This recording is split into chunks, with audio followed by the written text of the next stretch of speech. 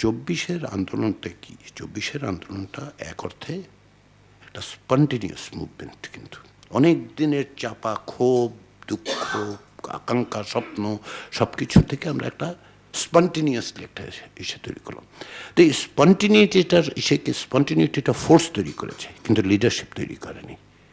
স্পন্টেনিটিটা কী করেছে, সেটা কোনো অর্গানাইজড রাজনৈতিক শক্তি হিসেবে বহিঃপ্রকাশ ঘটেনি। যদি সেটা ঘটতো তাহলে কি হতো? তাহলে আসলে আমি আপনাদের এখানে আসতামই না। কেন আমি আসতাম না? কারণ কমিশন বলে কোনো জিনিস তৈরি হতো না, কোনো কমিশনের প্রয়োজন হতো না। ওই শক্তি নির্ধারণ করে দিতে পারত যে আমি এই সংস্কার চাই, এটা করব, এবং এই শক্তির জন্য আমি আর কারো দ্বারস্থ হতে হবে না।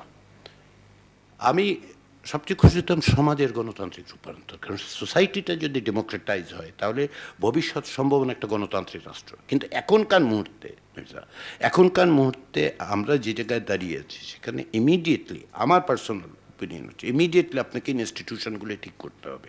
না হলে যেটা হতে পারে, যদি প্রতিষ্ঠানগুলো যথাযথভাবে ঠিক না হয় তাহলে ভবিষ্যতে এক ধরনের কেওয়াস তৈরি হতে পারে।